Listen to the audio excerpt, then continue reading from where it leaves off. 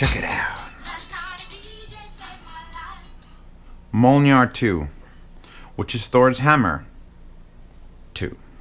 And this is Schiit's tube amp, but it's not really sporting the size tubes that you'd expect from a tube amp like the WA 11. Not the WA 11. What was the giant Woo Audio one that I reviewed? That was like $2,000. This isn't quite that price point, but it's a hybrid, which means when you look under here, and you can't look under here, so they'll just click the link to the Schiit website, and you'll see that there's just an array of capacitors and there's giant transformers, and it's, oh god. And it claims in 32 ohm headphones, 8 watts per channel. That's a lot. That is a fucking lot. That's the Motiva Bass X, but now I add tubes into the mix. What else are we looking at here? Any other specs? A lot of THDs that look good, 0.005%, which is fine, especially talking about a tube hybrid. 104 dB weighted, gain of 8 dB or 1, 18 dB or 1/0 front panel switch. It is a tube voltage gain or solid state tube voltage gain, cross shunt pull, push, pull, crossfed output stage, non-inverting single voltage gain stage. None of that means anything to me. I just plug headphones in and listen to music. What I can tell you, because thanks to people on my patronage chat, Telegram, $10 a month, those people know way more than I do, so if you want to be with actual knowledgeable people, pay me money and I'll let you talk to them. That's the way it works. The output impedance on high gain is 1 ohm, which is good for high impedance planars, such as the Hi-Fi Minarias, or actually, I'm sorry, low impedance planars like the Hi-Fi Minarias, or these are the Odyssey MX3s, a set of headphones donated to the channel specifically to be sold in a yard sale, specifically to have the money that this garners, whatever that is, because I don't set a minimum bid, go towards the Rocky Mountain Audio Fest. So I've got 2 heavy-duty planars, and I've got my trusty HD 600s, all linked in the description. And these are what I'm using to test. You could see a nest of purple cables.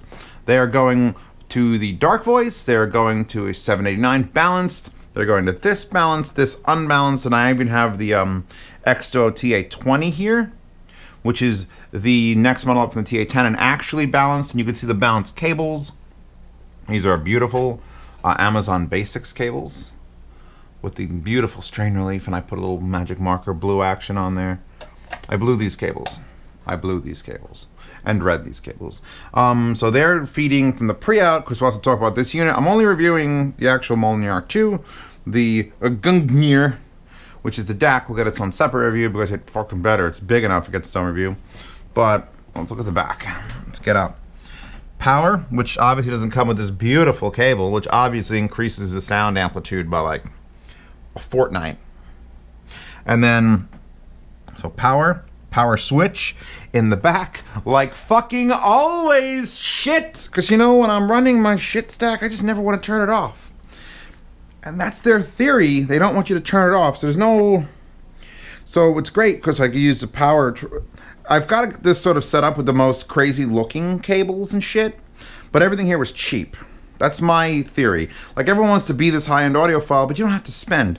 This power filter, this Waiduku, with 6 universal plugs and 4 of those, 120 bucks. Tells me the voltage, look, 116. I've got the AC purifier thing from IFI, just because. These cables, $26 a pop, plugged into there. These Amazon Basics, look how nice they are. This cable, well actually, let's finish. Power cable and the power fucking switch in the fucking back. Fuck. If it's sitting on the top of the thing, it's not bad. You reach back here and you click it. And the DAC, you don't really need to shut off. The DAC doesn't get that hot, but fuck that. Over here, RCA pre-outs, XLR pre-outs, which I have going to the TA20. RCA inputs, which I have coming from the Gungnir. And then your balance inputs with little shorty cables that I use for actual normal C, coming from the Gungnir. Now, the front is nothing. No power cable over here at all, just the name, because that looks fancy. Power knob. I think it's centered. Usually shit stuff, when they build a board, they put it in there. to get it to line up with a hole is not always guaranteed, and that one's not bad. Then you have power indicator, which is a little white LED. You get the high and low gain switch. Now I've got these plugged in, and they definitely need high gain. Then here's your balanced or RCA input. And again, they're both coming from the same DAC, so it's a good way to tell if you need to use balanced or not balanced. You get your 4-pin XLR output and a 1/4-inch single-ended output. Now, that's it. It's rather heavy, especially because of those transformers here on the left side that you don't see. The owner sent these to me with 3 options. The stock tubes, which are here, which are, what are you? Do you even have a name, or you just stock shit tube? StockShitTube.org.com. And he's written stock, but he ordered another set of tubes. I'm not sure if he got them from Schiit, because Schiit has a variety of them on their site for anywhere from like 30 to 100 bucks for 4 sets. A pair of 6BZ7s. That a 7? That your fucking stupid 7? Anyway, the tubes he ordered, I have in here. They're Russian. I think they're Genelec tubes from Russia, which are the ones he picked, and those are his favorite. He also sent these, the lists. If you don't know what the list is, it's a fake tube because it goes in the tube slot, and it's basically when tubes were the only thing we had, like World War II, when they're on the beach in Normandy and shit. Those radios were filled with actual glass tubes that had to heat up. So the batteries they had to back then were garbage, and the tubes had to heat up, and it was just fucking hot and fragile and all this bullshit.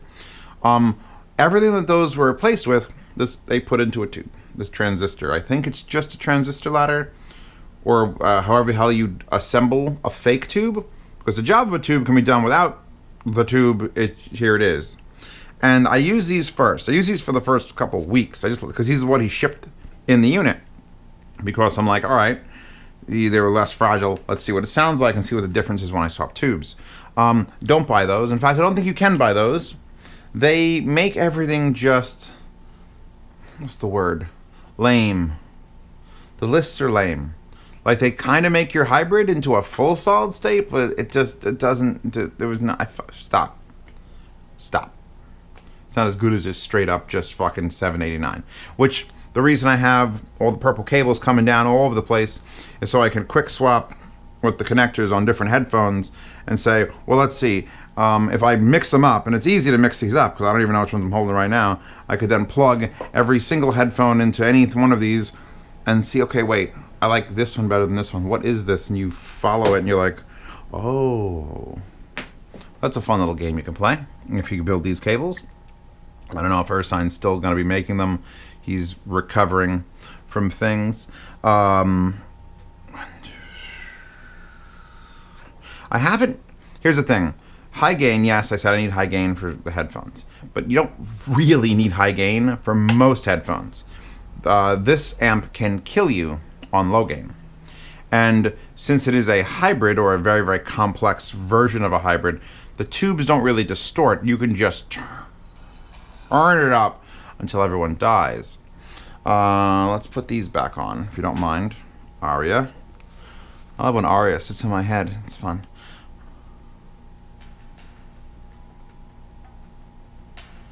That's the low gain.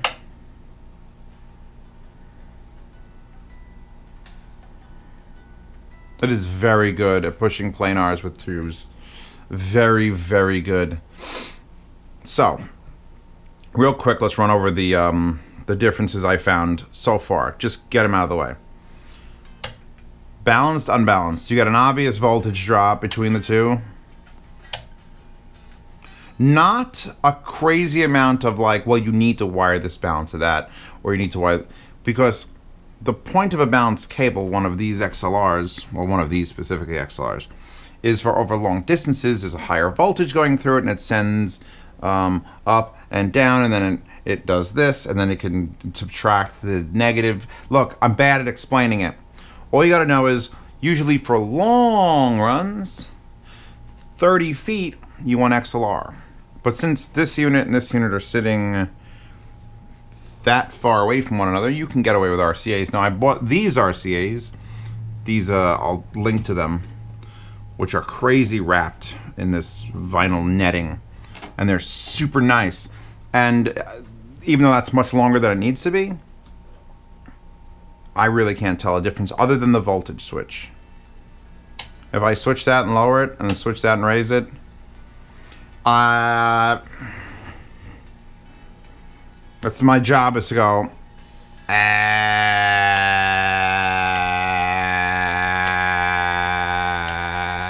no, I don't think you need, I wouldn't worry about going, like, you have to go balance. I mean, look, if you have this stack, you kind of just might as well fucking go balance. Like, it's like, I'll link to the shorty little tiny, I bought like a 5-pack of those little baby XLRs. So just use them. But I'm not hearing a major difference in the, when you push through the architecture internally, through balanced output, nah. Well, however, that is not the same case for the balanced and unbalanced outputs at the front. And this is not just planar, and it's not just high versus low gain.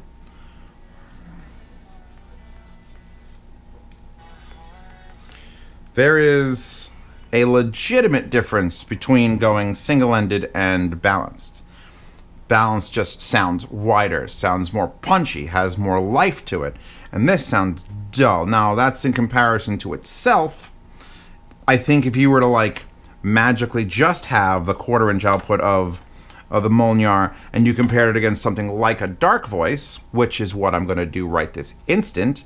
So let's put this up. Hold on. We're gonna do some magical math here, and we'll do. See, I don't want to do it planars. I don't want to do it planars because planars on Dark Voice, bad news. Let's do 600s because those are a nice, well-respected thing. Now we'll pull this up. So now we got 2 single-endeds. I don't have a clue which one's which because I did that, and I hope I could just check the volume. That's loud. Oh, that's that there.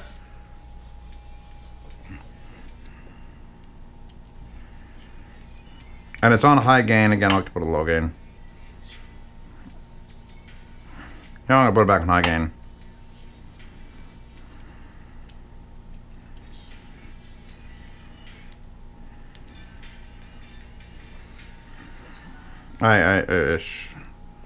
We're doing it. We're doing it. Because now I'm taking an $850 tube amp hybrid, removing the benefits. It's on RCA input. It's on single-ended output. It's on high gain, and comparing it with its modified tubes, the better tubes, against the Dark Voice, which is a much cheaper designed tube amp. But this is a hybrid, and that is a full fuck tube amp. Full fuck tube amps are, you can't get the power out of them, really, and it's a lot more dependent on the tubes you put in. With a tube hybrid, you can sort of say, we want a tube amp that's this powerful, and we're gonna feed it some tube signal in the beginning, so you can get away with things.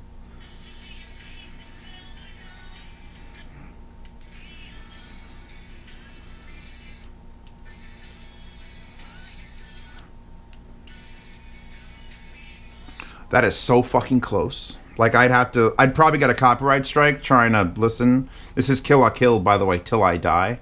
Let's change it, because God knows. Blue Scholars, I'm pretty sure Blue Scholars is cool. Ronnie Mukherjee. A little more recessed. This one's more recessed. This is a little bit more recessed in this song. Where are we? Where are we going? Where is the recess? Where's a little more recess? Oh. Oh. Oh, didn't see that coming.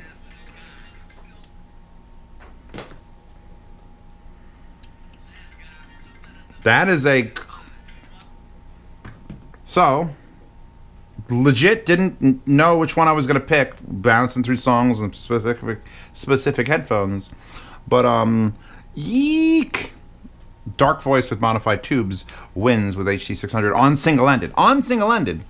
Now, if I were to go and swap it with, let's say, balanced, which is what this is designed for, and maybe give it the balanced input, even though I said it doesn't do anything, but fuck it, why not? Also, keeping in mind, this stack is using the Gungnir for its DAC, and the Dark Voice has its very own $70 OL DAC.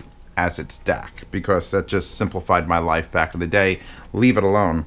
So now, should be able to lower that a bit. Actually, we should lower that quite a bit, because we're now on the XLR input of this, which is going to be higher voltage. We're on high gain still, and we're switching to this, which is high gain. So now I'm going to probably have to adjust the volume again. Oh yeah, no, low gain, low gain. Okay.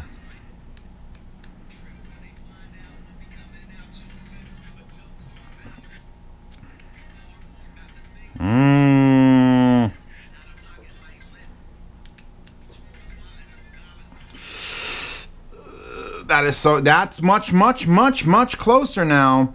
I'm probably going to give this the nod because it's a little more a little wider sounding. Balanced will do that. And a balanced tube, even a hybrid balanced tube, will push things wider.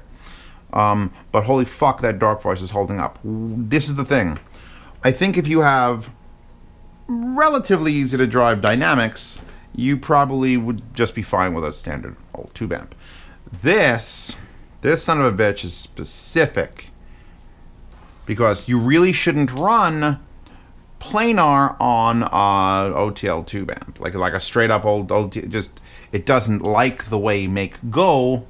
Trust me, I'm not an electrical engineer, but people have yelled at me for using planars on that. But things like this, when you put these on, and you take this output with all this power on a high gain, this is why you bought a Mjolnir. Holy fuck, that's still too much power. Oh, that song really had to end there.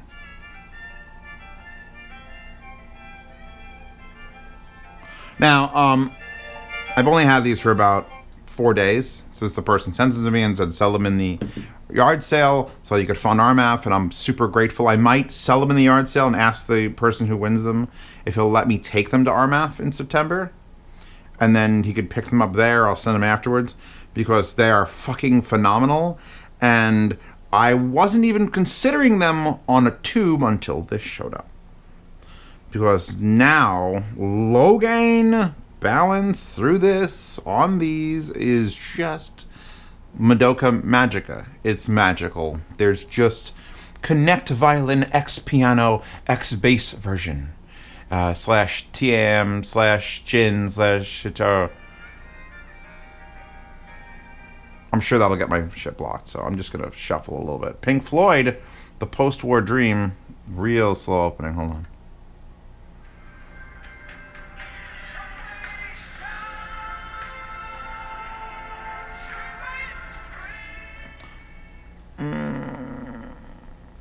So, here are my thoughts. I'm gonna wrap it up. I know these videos are real long, and I have them every day, and it's like, hey, I gotta fucking eat, Zeos. Hurry up. I'm Italian. I'm half Italian. I don't want to keep people from eating. If you get one of these, I think you get it specifically for planar. There's plenty of planar cans out there now that I recommend. M1060C, Sendy Iva. You got the Virum 1s out there. I'm still waiting for my set. Those, the Edition XX. I mean, what's else on my wall? The Advanced Alphas. I grasp at the concept of argons on it, because I didn't pull them down. But I think dynamics, they're easier to drive. They work on a straight up tube. Go for something like a dark voice. Go for something dark voice and tube swap till you literally run out of money, because you'll find that magic. We'll get to this in its own review. I'm probably going to literally lift this up and put it here and then review that as a tube amp. But for now, I'm going to call the Mjolnir 2 the best tube you can get for planar. Don't buy these. These lame. The list, I honestly went to look for them on their site, and I spent about 23 seconds because I cared that much about it. Because once I took these out of it, these little solid state fake tubes, I was like, oh, of course this is now worth $800. Not with those. And as far as the stock tubes go, They ain't great. That seems to be the problem. The only tube amp I've ever gotten where the stock tubes were the only tubes you ever fucking need are the Tor Roger over there, which was the Ukrainian guy. It was a project that's made out of wood. He hand-picked tubes to put in there. He sends it to you with the tubes installed, wrapped in bubble wrap. It's a fucking miracle. And they're great. I think anything else you're getting that you can even consider the tubes cheap, you want to swap tubes. So yeah, Mjolnir 2 honestly does not sound as good on single-ended than like a Dark Voice with some mods. But balanced, not even necessarily with balanced input, could do that.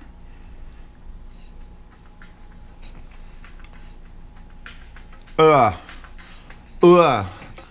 is why I don't write reviews, because how the fuck do you write Please give me the spelling of in the comments below. So I will link to this. I'll link to a bunch of the cables, maybe the power transformer. It's probably going to be here for a couple of reviews just because it looks super cool. It's literally here just to look cool. I bought it because legit at Rocky Mountain, we're going to need one of these because the power is going to be funky out of the wall probably. And you don't need to spend $6,000 on one. This is 120 bucks. And it works. And it's got power switches in the back. But yeah. Download wallpaper. Check out the Patreon. If you're a $5 patron, when the time comes at the end of this month, or I don't know how the schedule is, but this should be out before the end of July. These will be in there, and I will be very sad to see them go. But the Rocky Mountain Audio Fest GoFundMe has sort of hit like a ceiling around $8,500. So I need money to pay for the room. The room itself isn't even paid for. So I don't know where I'm sleeping in Colorado. Thank you for stopping by. You will see another video tomorrow. I don't know what it'll be about. It might be about a baby crib or another sous vide or how garbage disposals work, but most likely it'll be audio equipment. And check out Hi-Fi Guides, which will have a post specifically for this Mjolnir. I don't like Greek mythology. I'm sorry. Mjolnir. Mjolnir. Mjolnir. Mjolnir.